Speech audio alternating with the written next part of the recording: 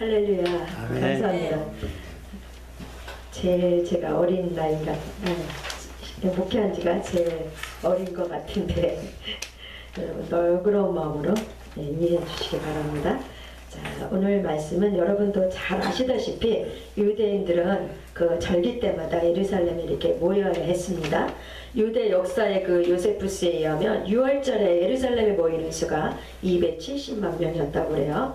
그 정도의 숫자가 지금 나귀 타고 입성하시는, 예루살렘에 입성하시는 그 예수님을 향하여서 지금 이렇게 환호를 하고 있는 것입니다. 이 새끼 나귀 타신 그 예수님이 창세기 49장에는 어떻게 예시되고 있는지 한번 찾아보시겠습니다. 창세기 49장입니다. 창세기 49장 10절에서 11절.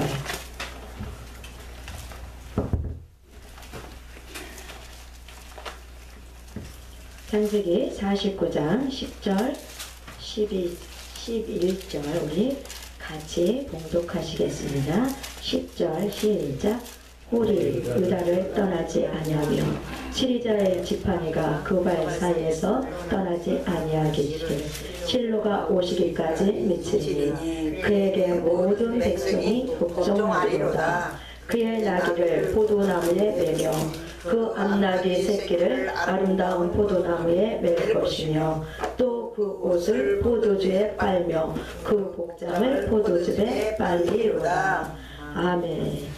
야곱이 유다 아들에게 유언을 하고 있습니다. 근데 후손으로 실로 바로 메시아가 오실 것을 여기서 예언하고 있습니다. 그런데 그 메시아가 나귀를 포도나무에 매어서 그 옷을 포도주와 포도즙에 빨 것이라고 말씀하고 있어요. NIV 영어 성경에 보면은 포도의 피라고 번역되어 있습니다. 그러니까 메시아는 포도의 피에 자신의 옷을 빨게 될 것이라고 말씀하고 있는 것입니다. 그런데 요한복음 15장 1절에서는 바로 예수님을 자신을 가리켜서 나는 포도나무다 이렇게 말씀하고 있는 것입니다. 그러니까 지금 예수님은 당신 자신의 피로 자신의 옷을 빠는 분으로 지금 오시고 계시는 것입니다. 예루살렘에 입성하시는 그 예수님의 이야기는 사복음서에 다 기록되어 있는데 거기에 나오는 새끼 나귀는 전부 다 매여 있는 나귀예요. 그러니까 포도나무에 매여 있는 그 나귀라는 것입니다. 그러니까 포도나무에 매여 있는 그 나귀는 바꿔 말하면 나귀를 타고 오시는 그 포도나무이신 그 예수님의 모습은 자신의 피로 자신의 옷을 붉게 적시고 물들이는 바로 십자가를 지신 그 예수님의 모습인 것입니다. 그렇게 피에 묻은 저주의 옷은 예수님 자신이 다 가져가시고 우리들에게는 새하얀 세모포를 입히게 하시는 것이 예수님의 십자가입니다. 계시록 19장 11절에서 16절 한번 가보시죠. 계시록 19장 계시록 19장 11절에서 16절입니다. 계시록 19장 11절에서 16절 한 절씩 교독하시겠습니다. 19장 11절입니다. 또 내가 하늘에 열린 것을 보니 보라 백마와 탄 자가 있으니 그 이름은 충신과 진실이라. 그가 공의로 심판하며 싸우더라. 그늘한 돌값도 그 머리에 많은 멸류관이 있고 또 그 이름 쓴 것에 나가 있으니 자기밖에 아는 자가 없고 또 그가 피 뿌린 옷을 입었는데 그 이름은 하나님의 말씀이라 칭하더라. 하늘에 있는 그들이 쉬고 하는 것을 보고 백마를 감고 그를 따르더라. 그의 입에는 이한검이 나오니 그것으로 만국을 치겠고 친히 저희를 철장으로 다스리며 또 친히 하나님 곧 전능하신 이의 맹렬한 진노의 포도주 틀을 밟겠고 그 옷과 그 다리에 이름 쓴 것이 있으니 만왕의 왕이요 만주의 주라 하였더라. 아멘. 여기 보시면은 백마를 타고 철장으로 왕국을 치고 바로 진노의 포도주 틀을 밟는 이름이 충신과 진실이고 하나님의 말씀이라고 하고 있습니다. 바로 누구예요? 예수님이시죠. 그런데 그 예수님의 뒤에 희고 깨끗한 세마포를 입은 그 하늘의 군대들이 따르고 있습니다. 그러니까 예수님이 앞장서서 저주와 심판을 다 받아내시고 온통 피가 뿌려진 그 옷을 입으심으로 말미암아 뒤에 따르는 그 군대들인 성도가 우리가 희고 깨끗한 세마포를 입게 된 것입니다. 원래는 그 피의 옷은 누가 입었어야 됐어요? 우리 거였어요. 그리고 그 옷에 뿌려진 그 피도 바로 우리의 피였었습니다. 아멘.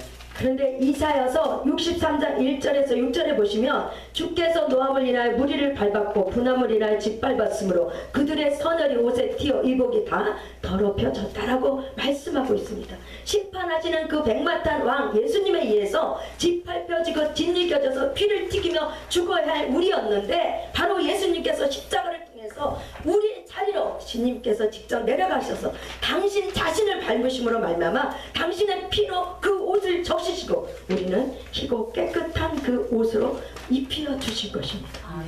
지금 예수님은 새끼 나귀를 타고 이러한 구원을 완성하기 위해서 예루살렘을 입성하시는데 유대인들은 자신들이 생각하고 자신들이 바라고 소망하는 그 메시아를 생각하면서 한호하고 종려가지를 흔들고 있는 것입니다. 종려가지는 6월절에 흔드는 게 아닙니다. 장막절에 흔드는 것입니다. 그러함에도 불구하고 이들이 종려나무 가지를 흔드는 것은 요한복음 10장 22절에 수전절 절기를 지키게 된 때를 염원하고 있는 것입니다. 여러분들 수전절 잘 아시죠? 수전절은 복군 에피파네스 그 손에서 그 예루살렘 성전을 마카비 장군이 어떻게 잠깐 탈환했어요. 그리고 그 예루살렘 성전을 다 이렇게 정결케 했습니다. 예루살렘 그 성전에 있던 바알 신전 다 이렇게 헐어내고 그 성전을 정결케 한 뒤에 그 성전 봉헌식을 하나님 앞에 올려드린 그것을 기념함으로 지키는 것이 수전절이었습니다. 그 수전절은 지금도 유대인들에게 11월에서 12월 달에 한 8일 정도 이렇게 지키고 있다고 그럽니다.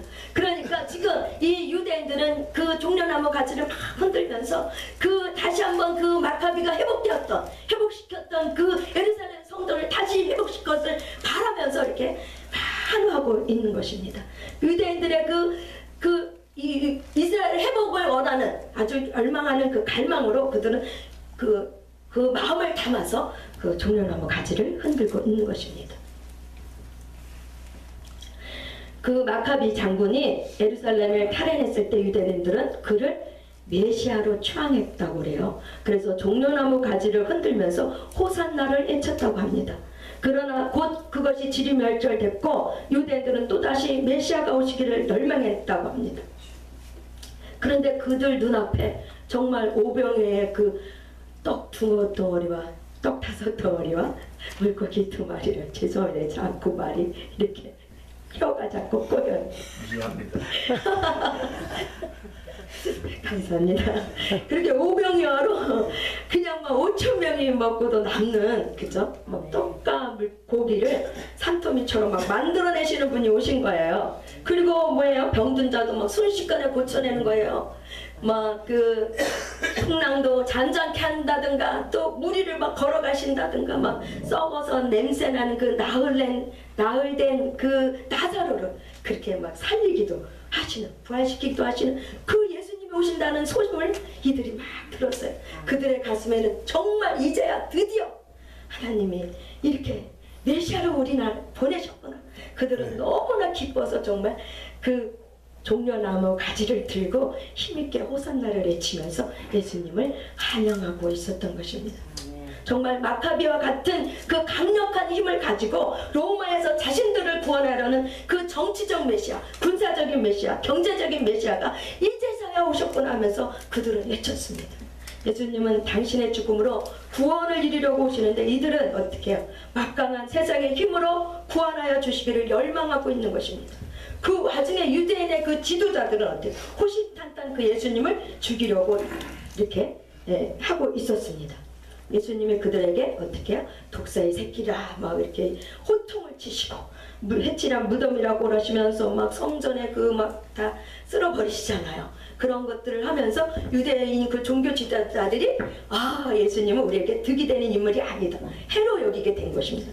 그러니까 예수님을 환호하는 그 무리들은 그 자기들에게 어떤 유익을 줄 것 같으니까 막 환호하고 있고, 이 유대 지도자들은 자기들에게 해를 입힐 것 같으니까 죽이려고 이렇게 지금 모의를 하고 있다는 것입니다.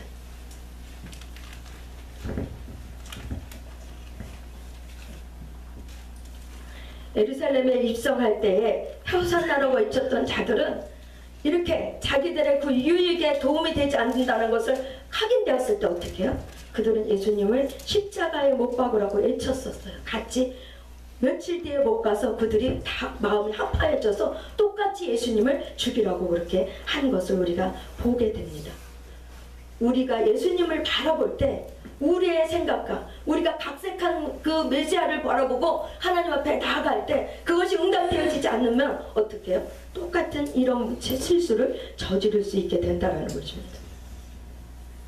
예수님은 처음부터 유대인들이 원했고 생각했던 것처럼 그렇게 강한 자의 모습으로 이 땅에 오시지 않으셨어요. 태어나기도 부위에 태어나셨죠. 가난한 목수의 아들로 자라나셨습니다. 겉모양은 흠모할 건덕지도 없는 그런 모습이었습니다. 그리고는 세상의 힘에 의해서 죽어버리셨어요. 그런데 하나님은 그 삶을 기쁘게 여기셨어요. 그렇게 약한 모습으로 죽기까지 순종만 하신 그 예수님을 하나님은 오른손으로 높이 드셨습니다. 사도행전 2장 33절 하나님의 오른손으로 예수님을 높이심에 그가 약속한 성령을 아버지께 받아서 너희 보고 듣는 이것을 부어주셨느니라. 아멘. 이것이 바로 하나님 나라의 삶의 원리입니다. 하나님의 은혜만을 의지하며 하나님의 뜻에 하나님의 말씀에 순종하는 것입니다. 세상에 보는 눈으로는 손해보는 삶처럼 보여져요. 이기는 삶이 아니라 지는 삶처럼 그렇게 보입니다. 근데